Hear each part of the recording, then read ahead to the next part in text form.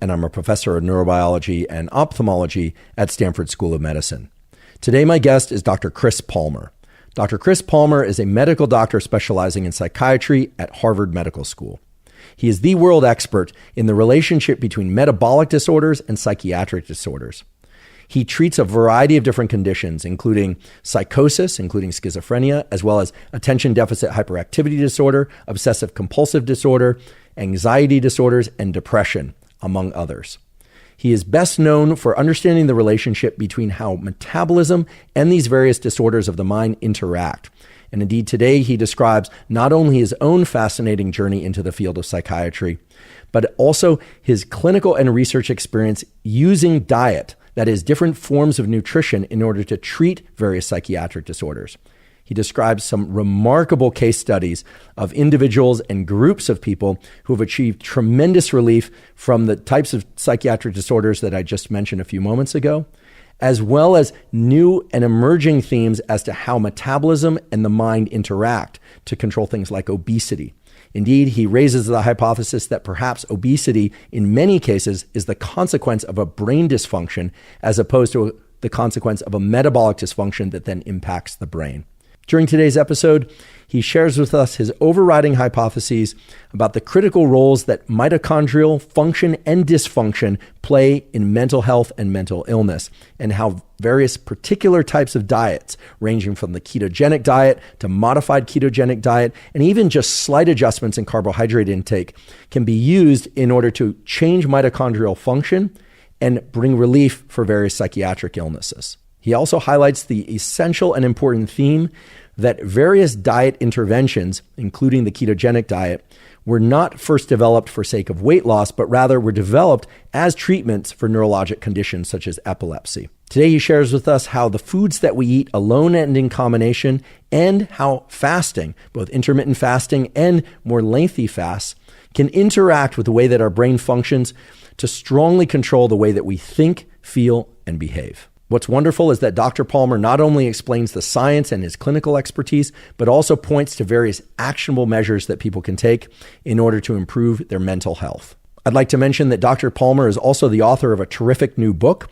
The title is Brain Energy, a revolutionary breakthrough in understanding mental health and improving treatment for anxiety, depression, OCD, PTSD, and more. I've read the book and it is a terrific read. I came away from this book with a much evolved understanding of how the various psychiatric disorders that I just described, as well as ADHD, emerge in people. And it has completely revised my understanding about the possible origins of various psychiatric disorders and the best ways to treat them, including both with medications, but also with nutritional approaches. If you'd like to learn more about Dr. Palmer's work and the book, please go to chrispalmermd.com. We also provide links to the book and to his website in our show note captions. Before we begin, I'd like to emphasize that this podcast is separate from my teaching and research roles at Stanford. It is, however, part of my desire and effort to bring zero cost to consumer information about science and science-related tools for the general public. In keeping with that theme, I'd like to thank the sponsors of today's podcast. Our first sponsor is Thesis. Thesis makes custom nootropics. And as I've said many times before on this podcast, I am not a fan of the word nootropics because it means smart drugs. And frankly, there are no specific neural circuits in the brain or body for being quote unquote smart. Thesis understands this, and they've developed custom nootropics that are designed to bring your brain and body into the state that's ideal for what you need to accomplish. They use the highest quality ingredients, things like phosphatidylserine, alpha-GPC, many ingredients that I've talked about before on this podcast and that I happen to use myself. I've been using Thesis for over a year now, and I can confidently say that their nootropics have been a game changer. For me, I like their nootropic for clarity. I use that before cognitive work often, and I like their nootropic for energy, and I often use that before workouts, in particular workouts that are especially intense.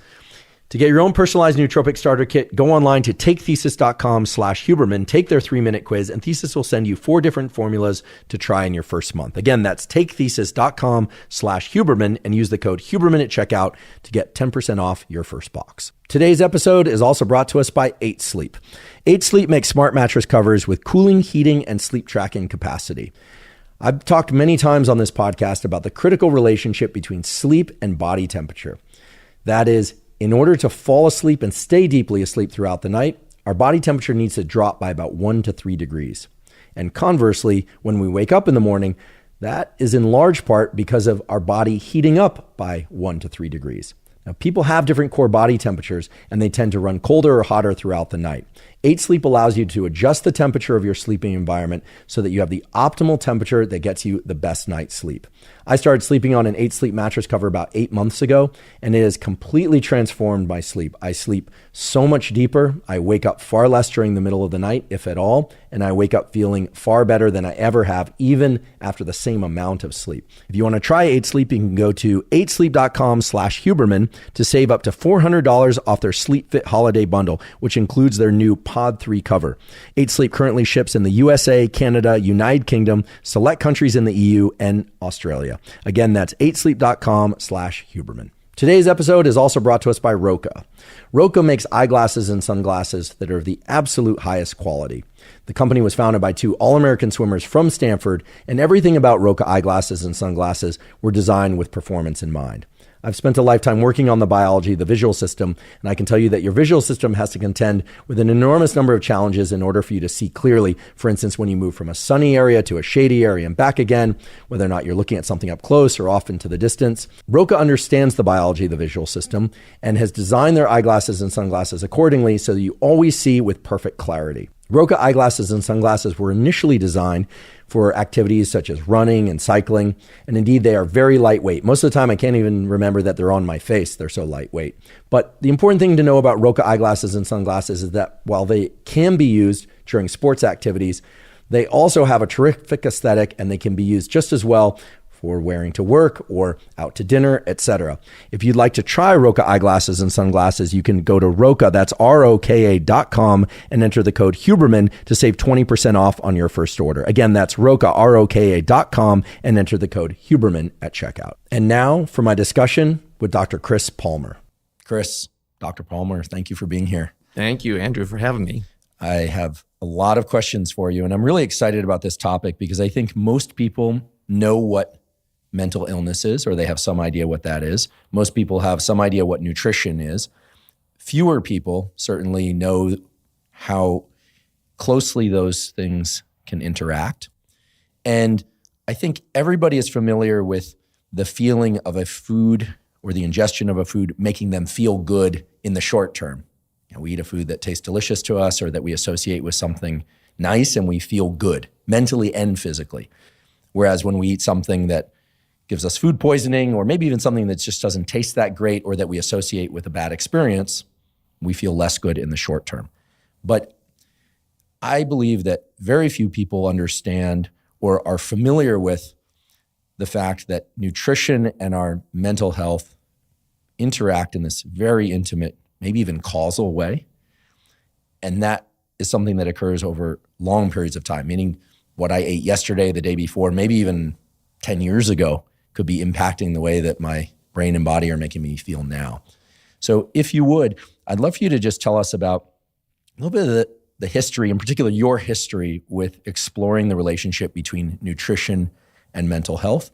And then we can dive into some of the more particulars of ketogenic diets versus other diets and some of the truly miraculous findings that you and others are coming up with based on real patients and real experiences of people who suffer and then find relief by altering their nutrition.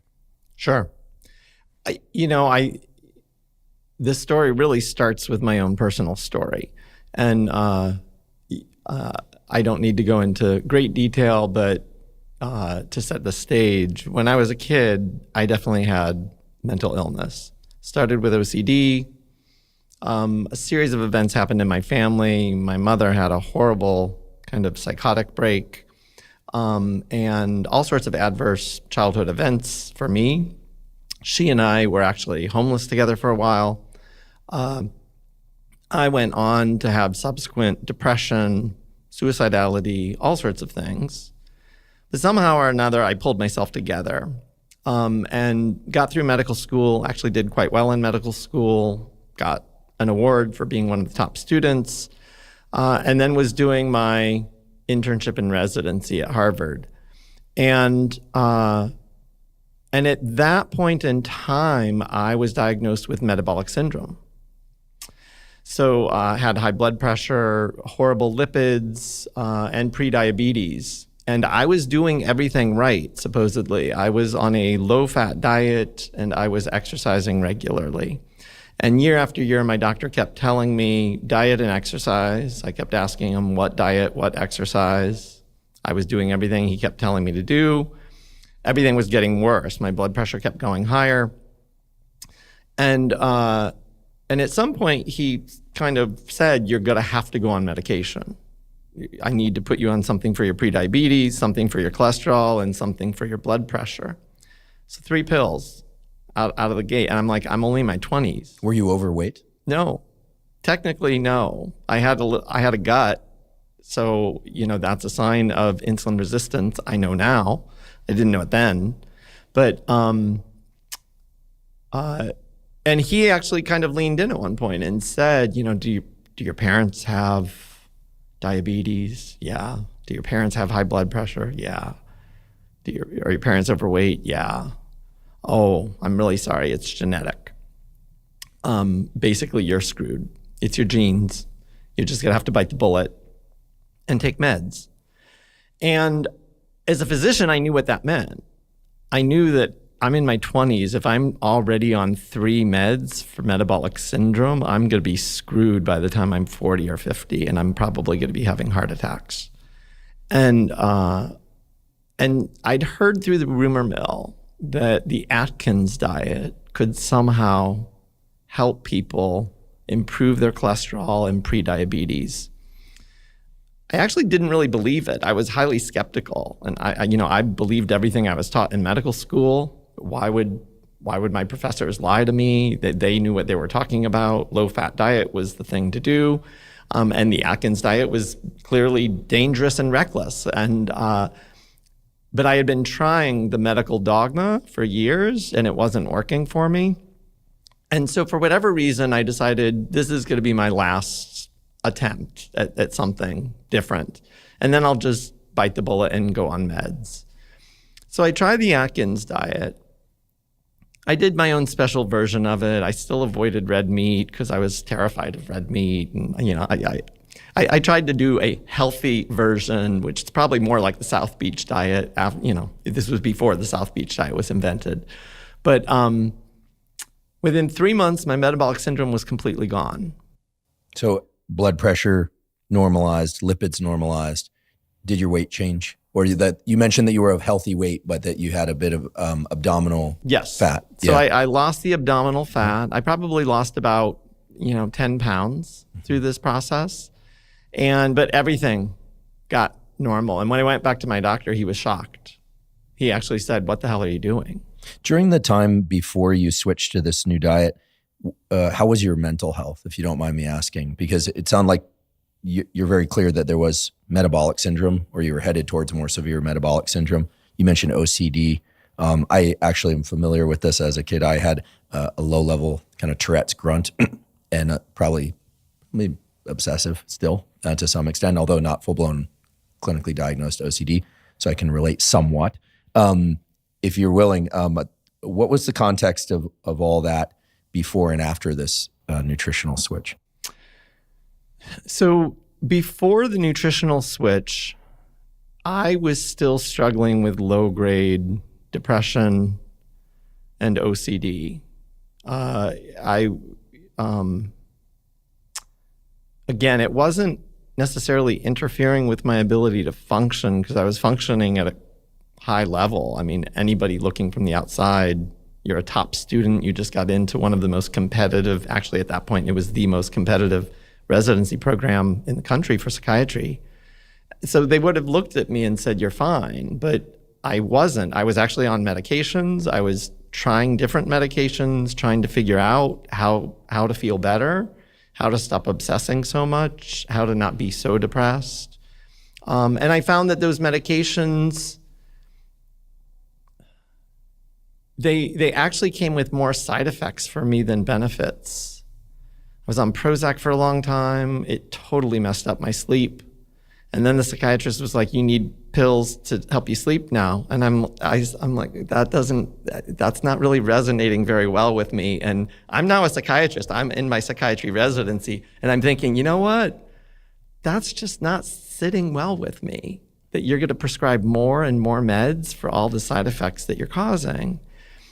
And yet at the same time, I wanted to feel better. And I was learning chemical imbalances. This is what we do to get rid of depression and OCD. You're supposed to take your pills. And so I was taking my pills. I was in psychotherapy. I had been in psychotherapy on and off for years. I had received much more intensive treatment when I was younger, and that was essentially worthless for me. It actually probably just caused harm at the end of the day. Psychoanalysis? Various psychotherapies, not psychoanalysis per se, but some of them were psychoanalytically oriented psychotherapies. I was actually hospitalized at one point, had been put on lithium and imipramine, which is a tricyclic antidepressant, and other things. And they were actually horrible. They were horrible. They did nothing beneficial for me. I gave them a decent amount of time to work. I really wanted to feel better. So at the time that I tried this diet, I certainly wasn't impaired in the same way. I wasn't struggling that much, but I still had these low-grade symptoms, was trying to feel better. And the thing that was the most striking to me after doing the diet for 3 months was not the fact that my metabolic syndrome was gone. That was my goal, and it was a seemingly miraculous achievement because I got rid of everything with one dietary change. But the thing that I noticed was dramatic improvement in my mood, energy, concentration, and sleep. For the first time in my life, I started waking up before my alarm went off and feeling rested. That never happened to me before. I was meticulous about planning when my alarm went off and how many times I could push the snooze button in order to be on time for wherever I needed to be, whether it was school or the hospital or whatever. I had this good system. I was never late for anything, but that was shocking to me that I felt so good. And one of the things that I've often said to people, prior to the diet, I always felt like there are two types of people in the world. There are haves and have-nots. There are these happy, peppy people who just are so positive and they've got energy, and they have this saying, they like to work hard and play hard. And I always understood working hard. I totally got that because I was a hard worker and I understood the value of hard work and you got to do something useful with yourself. But I never understood who the hell wants to play hard? Like, who's got energy for that? Like, aren't you tired from working so hard? How on earth do these people have energy to go and play hard? And I assumed that they were just part of the haves in the world. And they were just lucky and privileged. They either had good genetics, or maybe they had good childhoods or good parents or something that I didn't have. The kids with genuine smiles in the yearbooks. Yes, exactly. Right. Yes. Whereas the rest. And by the way, I really appreciate you sharing some of your personal story because I think it is very important for people to hear and understand that people like yourself who are extremely high functioning and accomplished, that the road was, from everything I'm hearing and understanding, very choppy internally at times, and that you've overcome a lot in order to get there, and also have been going through what sounds like a very long iterative process of trying to figure out what works and what doesn't work to finally arrive at a solution and then make that the basis of much of the work that you're doing today for other people. I think it's very important because I think many people share with you this notion that there are indeed two groups, a happy group and a fated to be unhappy group. And it speaks to the fact that, your story rather, speaks to the fact that what we see is not always what's going on internally with people. and that this notion of there just being two groups, the happy or the haves and the have-nots, can't be the way that it works. And there are probably many more people suffering than we realize, and that there is an important need for tools to overcome that suffering. So I really just here, even early in our discussion, I just want to extend a genuine thanks, because so much of what I hear from people is, questions about health and mental health and physical health, but that clearly point to the fact that many people are struggling to varying degrees. And even the people who are in this category of great childhood and happiness could do far better for themselves and then also for other people. So thank you for that.